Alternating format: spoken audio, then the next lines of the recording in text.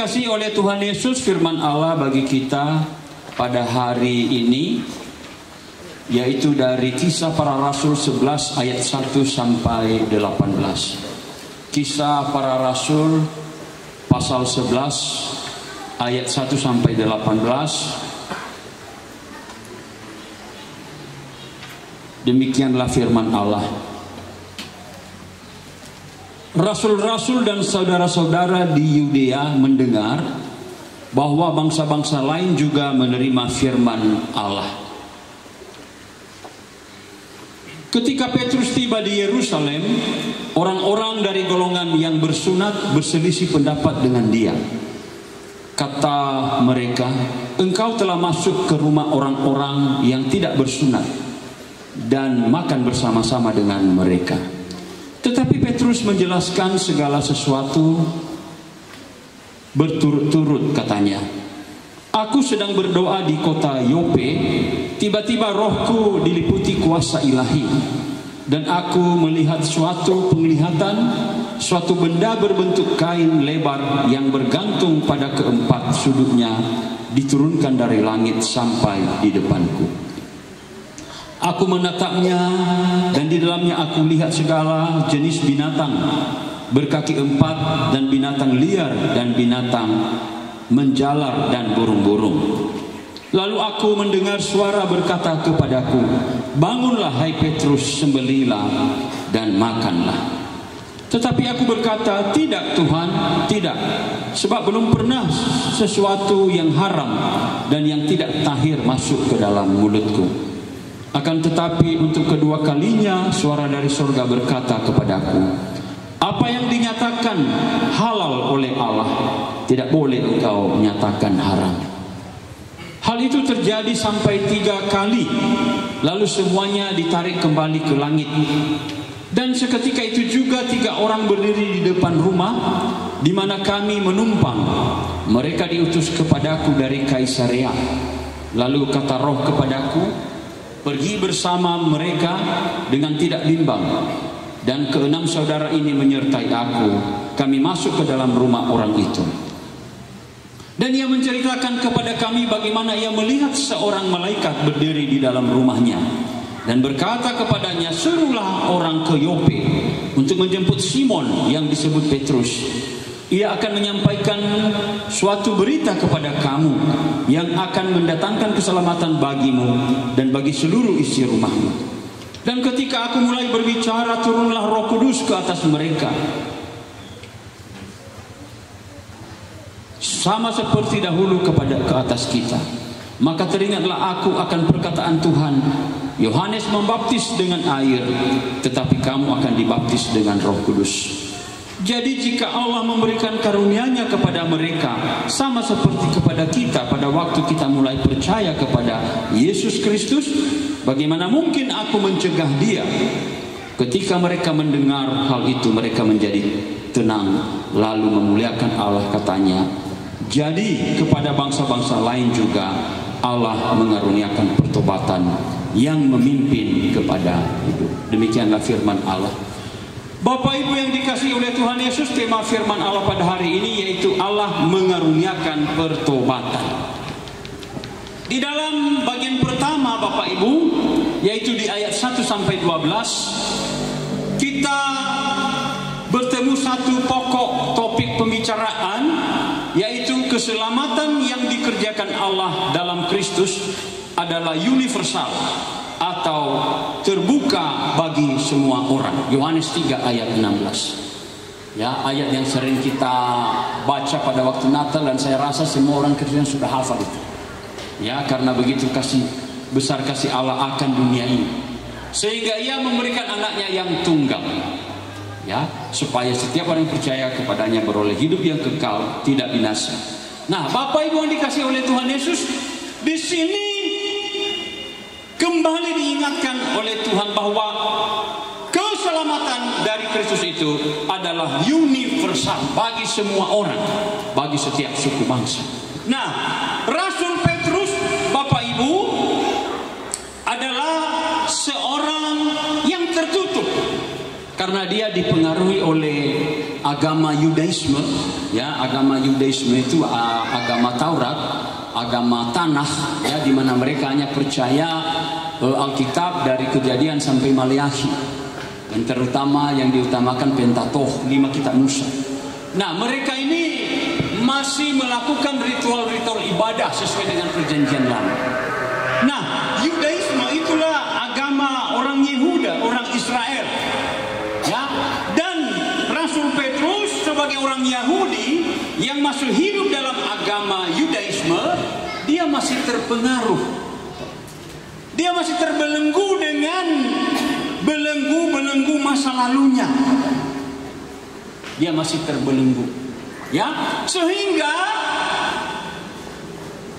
Allah memberi dia satu pelajaran, yaitu diberi satu penglihatan pada waktu dia berdoa. Kita tahu orang Yahudi itu biasanya berdoa 3 kali 1 hari. Jadi sebenarnya pembagian waktu berdoa itu bukan baru datang itu pada hal terakhir ini, itu sudah lama itu Bapak Ibu. Orang Yahudi itu berdoa itu 3 kali sehari, ya, dan mereka juga biasanya membaca firman itu dengan berirama, berdoa juga dengan berirama. Nah, orang Kristen juga pada abad pertama berdoa, ada juga pembagian waktu itu 7 kali. Jadi kalau orang Kristen itu lebih banyak, 7 kali sehari berdoa. Ya, ada waktunya itu karena mereka percaya bahwa Tuhan Yesus waktu dia ke Golgota, dia 7 kali, ya, terjatuh, ya, dengan lututnya. Maka mereka juga berdoa, ya, 7 kali sehari. Nah, itu kebiasaan Kristen itu, dan bisa kita lihat sekarang kalau kita ke Syria, ada Kristen Ortodoks Syria yang berbahasa asli Tuhan Yesus, yaitu bahasa Aramik. Yaitu ada di TikTok, itu bisa kita lihat, dan cara mereka berdoa juga persis seperti Tuhan Yesus, ya, pada abad-abad pertama. Nah, itu 7 kali. Nah, waktu dia berdoa, Bapak Ibu, Tuhan memperlihatkan, walaupun Petrus waktu itu kebingungan, apa ini sebenarnya? Ya, apa maksudnya? Dia sangka hanya sekedar makanan. Ya, tetapi tidak lama nanti baru datang utusan kepadanya.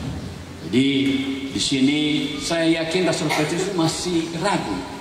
Ya, tetapi Roh mengatakan kepada dia, kamu harus, ya, ikut orang itu. Ya, karena bagi orang Yahudi itu tidak bisa itu Bapak Ibu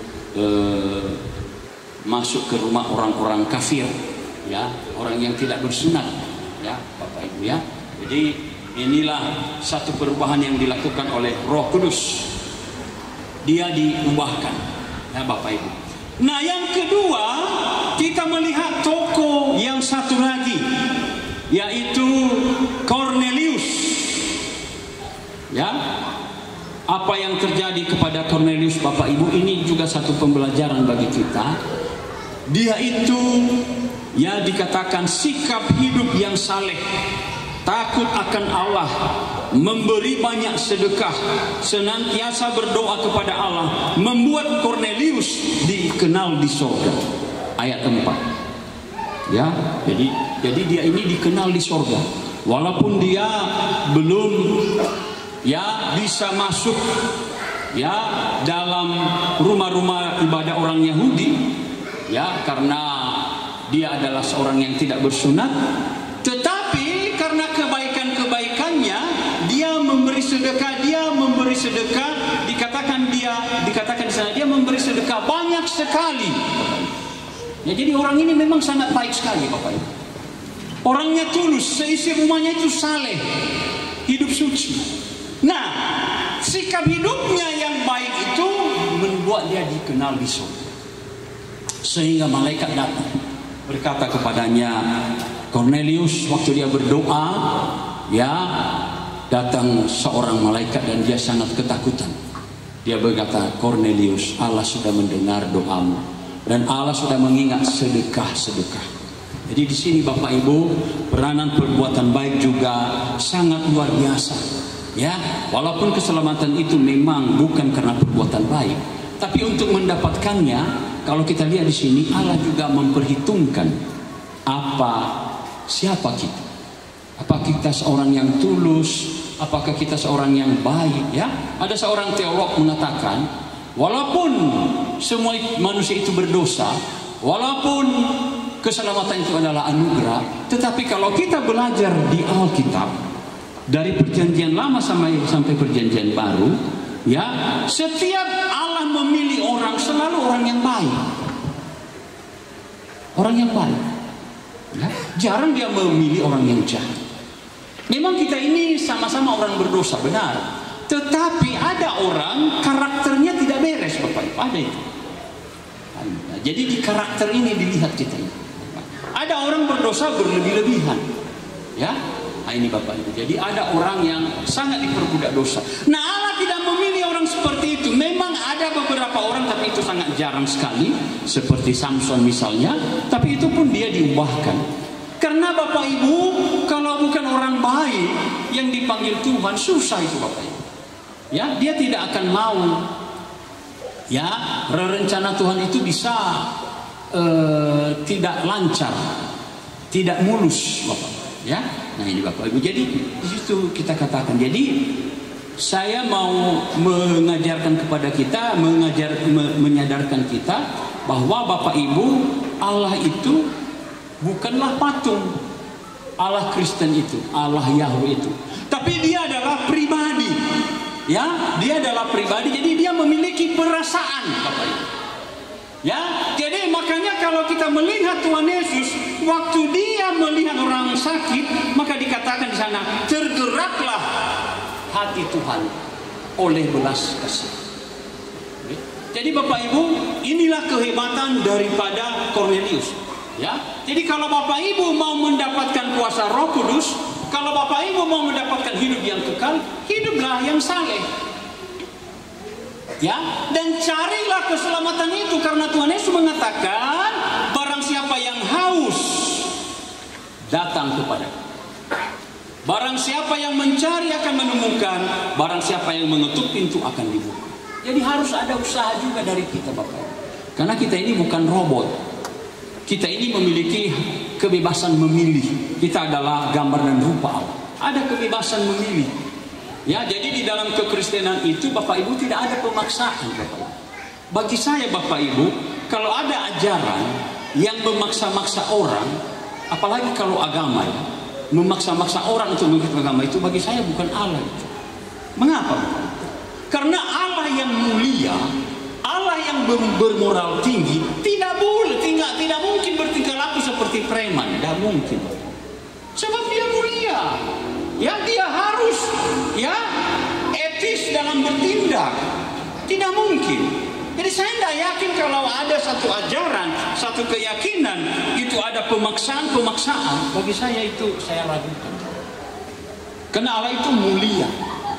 Karena Allah mulia, dia tidak mau memaksa-maksa orang untuk. Ya? Karena dia mulia. Ya, dia tidak akan melakukan tindakan yang tindakan kaki lima. Preman-preman kelas coro, dia tidak mau itu. Karena dia mulia, Bapak. Makanya Tuhan Allah Yahweh itu memberi hak kebebasan kepada Adam. Ada buah pohon pengetahuan yang baik dan yang benar, silakan. Ya, mengapa Bapak Ibu? Mengapa Tuhan menguji Adam? Karena Bapak Ibu, kasih yang sempurna, cinta yang sempurna hanya bisa didapatkan melalui kebebasan memilih. Ya, kalau tidak ada kebebasan memilih, tidak ada cinta yang sempurna. Ya, saya mencintai dia karena terpaksa. Saya mencintai dia karena hartanya banyak. Tuhan tidak mau Adam dan Hawa mengikut Yahweh karena semua fasilitas sudah ada. Mereka mengikuti secara buta. Ya, bagaimana lagi? Orang tidak ada, kita tidak tahu yang baik yang buruk. Ya, apa yang dikatakan Tuhan itu aja kita ikuti. Tuhan tidak mau, maka diberilah pohon itu, silakan pilih. Karena apa? Tuhan mau mendapatkan kasih yang sempurna. Karena Allah itu mulia. Jadi makanya kekristenan tidak mengenal yang namanya pemaksaan-pemaksaan. Ya, di dunia ini Bapak Ibu kita tidak pernah mendengar ada Republik Kristen. Tidak ada. Tidak ada. Amerika itu mayoritas Kristen. Ya, tidak mereka jadikan Republik Kristen. Tidak. Karena memang itu sudah tabiat kita orang Kristen. Kita tidak suka menjadikan satu agama sebagai patokan di satu negara. Itu pemaksaan, Bapak. Itu pemaksaan. Ya, kita tidak mau. Bebas. Makanya di Amerika itu kau mau jadi ateis silahkan, tidak masalah. Silahkan tidak percaya Tuhan, tidak masalah. Mau ikut gereja yang tidak benar, ya itu. Mau mengikuti perkumpulan setan, silakan. Barusan ini di Eropa diadakan pentahbisan, ya, ada seremonial untuk membangun satu bait untuk Lucifer, ya. Dan di sana tokoh-tokoh Kristen juga hadir seperti Perdana Menteri, ya, para presiden, ya, walaupun sedikit agak kurang baik itu, tapi itulah kekristenan bebas, Bapak. Ya, di Eropa itu bebas, Bapak Ibu. Makanya yang melahirkan peradaban modern itu adalah Kristen, Bapak Ibu. Karena kita tidak suka maksa-maksa orang. Tidak mau ikut Tuhan sih, mau ikut setan silakan, bebas saja. Ya. Bahkan Bapak Ibu, kalau Tuhan Yesus dimaki-maki, ya kita tenang-tenang saja. Ya, ada film dulu itu The Last Temptation. Ya, waktu saya ke Nias, Bapak Ibu, saya lihat itu. Ya, ada anak muda jual film. Lalu saya lihat Last Temptation. Saya bilang, kau orang apa? Saya Kristen, Pak. Kamu tahu apa film ini? Tidak, Pak. Ini kan film Tuhan Yesus percobaan terakhir. Ini filmnya ini agak porno loh. Tuhan Yesus itu kurang baik hubungannya dengan Maria. Ya, ada hubungan yang porno. Oh iya, Pak, ya. Oh iya. Ini jangan kamu jual ini. Udah, biar saya beli saja. Kita pakai. Nah, jadi itu tidak masalah. Waktu ada itu film yang kontroversial itu, Da Vinci Code, Kode Da Vinci, bagaimana Yesus digambarkan menikah dengan siapa itu? Maria. Itu disiarkan itu di televisi. Waktu itu saya pendeta di Bandung, di bioskop. Nah, ada orang Kristen yang ribut. Silakan saja. Mau maki-maki Tuhan Yesus tidak ada masalah kok. Tokoh yang paling banyak dimaki dihina Tuhan Yesus. Kita tidak ribut. Karena kalau Yesus salah, dia tidak perlu dibela, dia akan bisa membela dirinya. Dan pertanyaan saya, setelah muncul film-film seperti itu, buku-buku seperti itu, lagu-lagu yang menghina Tuhan Yesus, ya, nah ini Bapak Ibu, lagu-lagu yang menghina Tuhan, apakah kekristenan berkurang di dunia? Malah bertambah, Bapak Ibu. Jumlah orang Kristen makin melimpah. Justru orang sekarang tertarik dengan kekristenan, karena kekristenan itu agama tanpa kekerasan. Dan tidak ada pemaksaan, Bapak. Ya, Bapak Ibu. Nah ini. Nah, disinilah Cornelius memilih. Begitu juga kita, Bapak Ibu. Kalau kita mau menerima jamahan Roh Kudus, kamu harus hidup tulus. Ya. Kemudian hormati hamba Allah. Jangan main-main dengan pendeta. Ya, jangan rendahkan hamba Tuhan. Karena bagaimanapun sejelek-jeleknya pendeta itu adalah ordo ilahi. Saya pimpinan nomor 1 di sini. Anda tidak boleh macam-macam. Ya, karena saya gembala di sini. Makanya dalam tata gereja, Bapak Ibu, yang bertanggung jawab satu jemaat bukan majelis jemaat, bukan BPMJ, pendeta jemaat. Supaya tahu, tidak ada kedudukan lebih tinggi dari saya di sini. Majelis itu pun mereka hanya mewakili dari jemaat. Penanggung jawab itu pendeta, baik tidak baik ini. Kalau ada keputusan majelis jemaat yang kurang cocok, saya bisa cut itu. Karena saya pimpinan di sini. Karena BNKP itu bukan demokrasi, Bapak Ibu. BNKP adalah teokrasi. Kristus adalah pemimpin. Nah ini Bapak Ibu. Jadi jangan Bapak Ibu terkejut, karena saya selalu menerapkan kristokrasi, Bapak Ibu. Bukan demokrasi, karena di gereja tidak ada demokrasi. Kristokrasi. Karena hanya Yesus Allah. Nah Bapak Ibu. Nah setelah itu dia menerima Roh Kudus, Cornelius ini. Nah kemudian ayat yang terakhir, ayat 15 sampai 18, yaitu berbicara tentang baptisan dan implikasinya bagi kehidupan orang percaya. Nah itu baptisan Roh Kudus itu sangat penting, Bapak Ibu. Ya, baptisan Roh Kudus itu dianugerahkan Tuhan bagi orang yang sungguh-sungguh mau mencari. Nah kalau kita sudah mendapatkan baptisan Roh Kudus, maka keselamatan di dalam Kristus itu sudah bisa kita alami. Nah caranya yaitu pertama, ya, berdoa kepada Tuhan, hidup saleh, hormati hamba Tuhan. Nah itu Bapak. Ya, saya pernah di Mandeh itu, kalau saya terus terang saja saya peringati itu Bapak Ibu. Waktu ada yang ribut, saya bilang begini, kamu semua jangan coba-coba lawan saya orang yang lebih berat. Ya, kalau kamu lawan, kau berhadapan dengan Tuhan Yesus. Bagaimana? Semuanya itu mereka tidak berani lawan.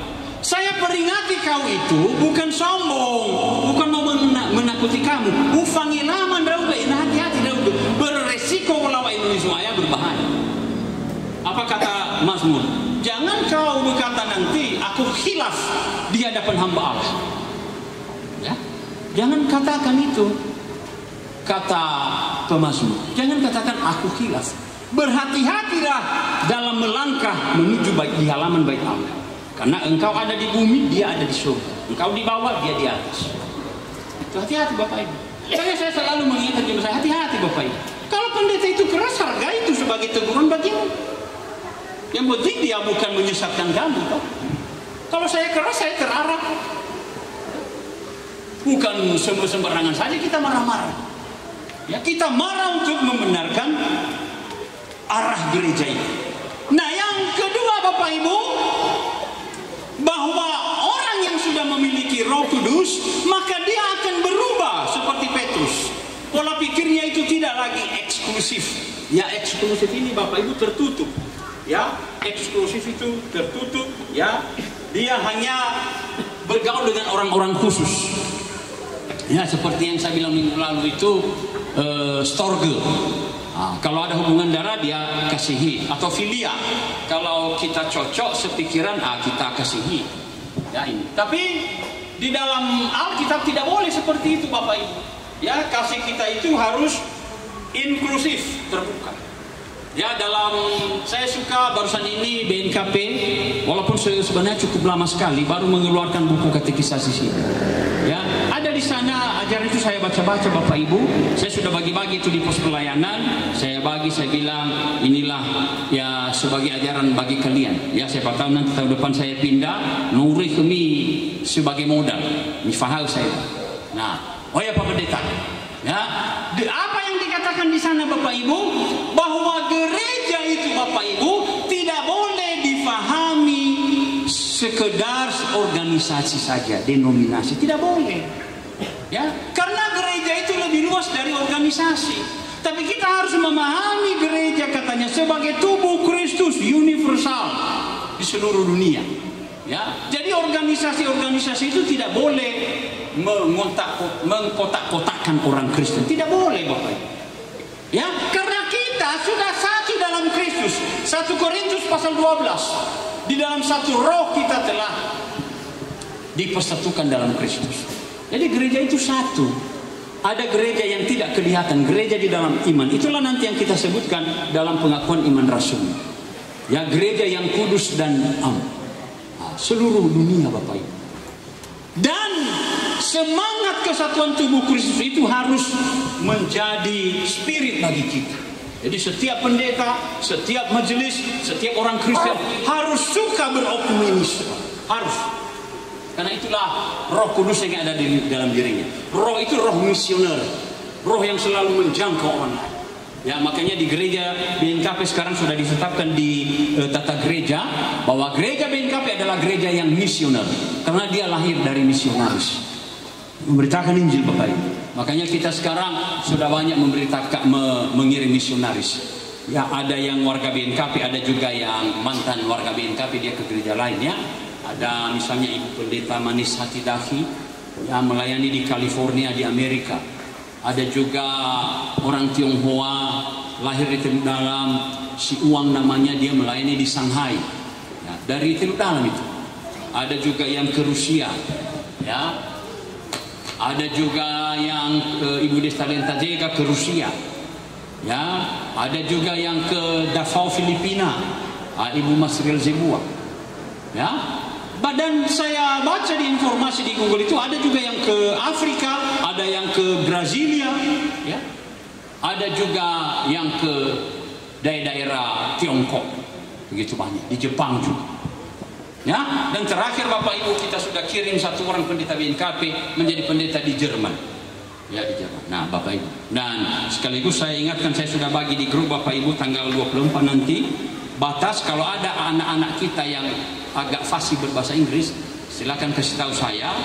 Batas tanggal 24 nanti, ya, tahun depan kita kirim ke Jerman. Seperti yang saya janji dulu. Nah, sonda nomi so neki mai fu bahasa Inggris, waktu itu tak kirim, ya Bapak Ibu, di Jerman, ya. Nah, ini Bapak Ibu, ya lebih ke uang saku dan itu juta matong. Abu pesawat yang beres, ya sana. Dan kalau kamu bagus, kalau kamu pintar penyesuaian diri, bisa pilih studi nanti apa mau jadi kedokteran, mau insinyur, mau apa, sudah banyak itu Bapak Ibu. Ya, ada banyak pemuda BNKP di Gunung Stoli yang sudah S3 doktor di Jerman. Ya, seperti Ibu Noni Telombanua. Dia doktor dari Jerman, sekarang dia sudah pegawai negeri, sudah lama jadi PNS. Adik saya itu waktu SD 1 di Gunung Stoli. Pintar sekali anaknya. Muridnya Habibie. Ya, ada juga Ibu Irene sekarang mau dokter. Oh, ini juga sudah ambil doktor. Banyak sekali Bapak Ibu. Ya, jadi di situ nanti Bapak Ibu bisa dapat beasiswa yang luar biasa banyak. Yang penting unik. No work no menelu coba ya ini masih balak terserah. Ya, tahun depan 2026 bulan Maret berangkat ke sana kalau sudah dites. Nah, Bapak Ibu, itulah pekerjaan kita sebagai orang Kristen. Di sana anak-anak kita akan menjadi volunteers di TK, di panti jompo, di rumah sakit, di kantor pemerintahan. Nah, sambil Anda di sana belajar administrasi, Anda juga bisa memberitakan Injil. Ya, tinggal di rumah pendeta atau di rumah para dosen. Ya, karena di Jerman itu Bapak Ibu semua kuliah itu gratis, Bapak. Kesehatan gratis, ya. Di sana itu begitu Bapak. Hanya tinggal uang makan saja yang dicari, dan itu sudah ada disiapkan oleh para donatur. Nah, ini Bapak Ibu, disinilah gereja itu misioner, ya misi. Ya, kemarin kami sudah melantik pengurus Persatuan Pemuda Okumenis di Tanjung Basu. Wah, saya senang sekali melihat anak-anak ini. Kita bisa bersemangat. Mereka saling mengenal, saling mengasihi, saling melihat gereja yang berbeda. Ya, gerejanya mungkin begini, gereja temannya begini. Nanti tidak lama lagi akan gabung Katolik. Ya, itu bagus sekali Bapak Ibu. Supaya anak-anak itu belajar berokumenis. Nah, yang terakhir Bapak Ibu, yaitu Roh Kudus itu, kalau dia dalam diri kita, dia akan membangun Kristus dalam hidup kita, sehingga kita seperti Kristus, berbuah dengan baik. Ya, makanya Bapak Ibu, kalau Bapak Ibu melihat pemenang-pemenang hadiah Nobel, penghargaan kepada orang-orang yang berjasa, itu kebanyakan orang Kristen. Yang menghapus perbudakan, praktek-praktek perbudakan ini adalah orang Kristen. Saya terkesima Bapak Ibu, saya tadi pagi saya baca-baca ya. Itu siapa sebenarnya tokoh yang menghapus undang-undang perbudakan? Rupanya saya baca itu Presiden Amerika Abraham Lincoln. Ya, dia 1 Januari 1863 ia memproklamasikan proklamasi emansipasi. Tidak boleh ada lagi perbudakan di seluruh Amerika. Karena itu tidak sesuai dengan firman Tuhan Bapak Ibu. Sebab di dalam Kristus tidak ada orang Yahudi, tidak ada orang Yunani, tidak ada orang Arab. Semua kita sama, tidak ada kelas-kelas manusia. Bapak Ibu ya. Itu Abraham Lincoln. Makanya Bapak Ibu, kalau Bapak Ibu melihat tokoh-tokoh hebat di Afrika, misalnya ya Uskup Desmond Tutu, Nelson Mandela yang 12 tahun di penjara Bapak Ibu. Bagaimana dia bisa begitu luar biasa memberi citra bagi kekristenan ya. Nelson Mandela itu Bapak Ibu, waktu dia dibebaskan dari penjara, yang pertama dia cari Bapak Ibu tahu siapa? Sipir penjara yang mengencingi kepalanya. Ikikio ni hege. Waktu dibilang itu, hari ini Nelson Mandela mantan presiden Afrika Selatan ya dibebaskan. Kamu yang pertama dia panggil, dia ketakutan. Ya alainya menonton ya. Lalu datang dia ketakutan Bapak Ibu. Ini orang hebat ini Bapak Ibu. Ya sebentar lagi mau jadi presiden ini. Ya, apa dia katakan? Dia rangkul Bapak Ibu. Ya, saya mengampuni kau. Walaupun kau mengencingi kepalaku selama di penjara. Tidak buah-buahnya Kristus. Ya, inilah yang membuat agama-agama lain salib dengan kekristenan. Angkat tangan.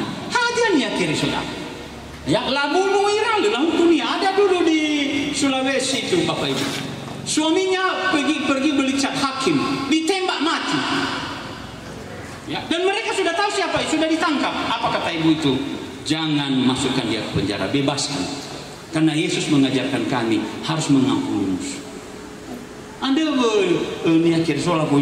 ini orang kita ini hebat sekali Bapak. Tidak mau kekerasan, tidak mau berkelahi. Ya, Bapak Ibu ya. Nah ini, nah kemudian Bapak Ibu, kalau kita melihat lagi Martin Luther King, ya Bapak Ibu, Martin Luther King itu pendeta. Makanya Barack Obama waktu jadi presiden, saya jadi presiden. Orang negro pertama di Amerika adalah berkat jasa pendeta Martin Luther King. Dia memberi namanya Martin Luther. Dia menganggap dirinya seperti reformator, membaharui. Nah ini Bapak. Nah demikian juga di Jepang Bapak Ibu. Walaupun di Jepang itu Bapak Ibu orang Kristen minoritas sekali, tapi jangan salah Bapak Ibu. Saya lihat tadi di Google bahwa pada masa restorasi Meiji, di mana Jepang dirubah menjadi modern oleh kaisar, orang yang paling banyak membawa pikiran-pikiran modern itu orang Kristen Bapak. Ada dua orang yang sangat mempengaruhi kaisar waktu itu untuk memodernisasi Jepang, yaitu yang sama Uchimura Kanzo. Ya, Uchimura Kanzo ini seorang Jepang, dia seorang teolog, dia banyak menulis tentang kehidupan sosial, bagaimana Jepang harus modern. Kemudian Toyohiko Kagawa. Saya senang ini Toyohiko Kagawa ini, sangat luar biasa. Menolong orang-orang miskin, orang yang tidak punya rumah dibantu, sehingga Jepang menjadi modern, menjadi maju. Jadi itu orang Kristen Bapak. Nah ini Bapak Ibu, makanya Bapak Ibu ya, kita yang sudah dipimpin oleh Roh Kudus, mari banyak berbuat baik. Katalah Yesus Bapak Ibu. Ya, mari kita berbuat baik ya Bapak Ibu. Kita berbuat baik ya. Kadang-kadang saya berinteraksi dengan teman-teman saya waktu SD. Ada seorang teman saya pencipta lagu Konstan Jawa, matanya sudah buta. Ya buta dia pintar sekali, dia sudah doktor sekarang. Jadi dia buta tapi saya kalah dia buat. Ya, dia doktor walaupun buta, dia seorang Katolik. Lalu kami bercanda-canda, saya lihat mukanya itu tua sekali Bapak Ibu, tua. Ya, baik ngisi lagu, dia tua dah gede. Ternyata gomoni pun wahid. Bapak Ibu ya, saya kadang-kadang shooting saya sambil olahraga. Ini gede, jelek sih begini saya tua. Harusnya ini pakai gigi palsu Bapak Ibu. Nah, apa yang mau saya katakan kepada kita Bapak Ibu? Boy aruru ita malah kumitan. Hasabata itu hanya sementara Bapak Ibu. Tanpa terasa nanti saya waktu ditempatkan jadi pendeta di sini Bapak Ibu, umur saya itu baru 51 tahun. Kalau saya pindah nanti tahun depan, umur saya menjelang 57 tahun. Atua saya. Atua. 50 itu fahim. Ya, Bapak Ibu. Ya, mengerikan Bapak Ibu. Ya andainya kita berada kita falua sisahi, falua masih lowalangi, berinote anda waktu itu sangat singkat Bapak. Falua sisahi. Ya makanya dong ya nggak begitu apa itu cuek dengan dunia ini, yang penting adalah hidup susah juga tidak masalah, yang penting bisa makan ya anak-anak bisa cari hidup sendiri. Itu saja yang saya mimpikan Bapak Ibu. Setelah itu saya tua ya. Nah pernah tak ukur Alkitab, kalau kita ukur umur manusia itu yang pertama itu 70 ya. Jadi uheta 50 hati film kita mau ribu dan tinggal 14 tahun lagi Bapak Ibu. Ya. Kalau pendeta BNKP ya taruhlah kalau misalnya nanti Tuhan izinkan saya sampai 65, tinggal berapa tahun lagi Bapak Ibu? Ya.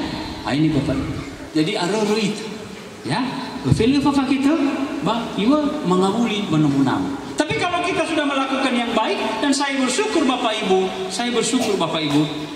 ya saya sudah ada di dalam Kristus. Ya, film apa kita mati ya sudah selesai. Mengabuli kita bahasa rupa. Si mana yang ramai raina, mi angirago dan mi lau di sehi, gasa-gasa baurian itu bagulitan. Ya, lerago tersidang. Ya, ya tuan de no 15 unfah. Ya 15 unfah bawa siwalu tadi ya masih saya teringat masa kecil saya di Teluk Dalam, masih teringat masa kecil saya di Gunung Stoli, bagaimana saya Bapak Ibu salah satu anak muda di Gunung Stoli yang merintis musik heavy metal di kota Gunung Stoli. Saya itu banyak anak muda yang ikut-ikutan sama saya, anak-anak camat jingkrak. Saya yang membawa itu musik rock pertama sekali di kota Gunung Stoli. Nah, toko-toko kaset saya bilang sama orang Tionghoa, apa saja ini lagu-lagu ini sama kalian ini, lagu-lagu pop saja, metal. Lalu mereka beli Krokus, Scorpion di Purple Mob. Waktu di testing, yang tahu hebat sekali musik aku. Ya, foto-foto dasar. Mana kita? Itu, saya masih ingat itu Bapak Ibu. Ya, arau kita ya dah, atua. Hei, ya, itu saya pamerkan, saya iklankan gereja kita. Ya gini Bapak, tapi banyak juga yang tanggapi Bapak Ibu. Bapak Pendeta, terpujilah Tuhan, Bapak ada di sana berhasil ya Pak. Ya, iyalah sawaga udah bikirin gei kami lama. Tak ada sawaga udah hutan. Ini Bapak Ibu. Nah tanggapi begitu Bapak gini. Jelek kali videoku ini, tapi banyak juga yang suka Bapak Ibu. Ya, udahlah, itulah jadi hamba Tuhan Bapak Ibu. Kalau Roh Kudus itu sudah ada, walaupun tidak ganteng kita, walaupun gigi kita sudah copot, masih tetap disayangi orang. Amin. Karena Roh Kudus ada. Ya, ini Bapak Ibu ya. Jadi itulah yang saya katakan kepada Bapak Ibu. Mari Bapak Ibu jadi Toyo Iko Kagawa. Toyo Iko Kagawa ya. Bohoni Kofida saudara ya. Nah itulah firman Tuhan bagi kita Bapak Ibu. Dan saya percaya Bapak Ibu akan menjadi orang Kristen yang baik ya. Untuk sementara hidup di dunia ini. Sebagai ayat hafalan Bapak Ibu. Yaitu dari Kisah Para Rasul 11 ayat 18b. Ya. Mari kita ucapkan bersama-sama. Jadi kepada bangsa-bangsa lain juga Allah mengaruniakan pertobatan yang memimpin kepada hidup. Mari kita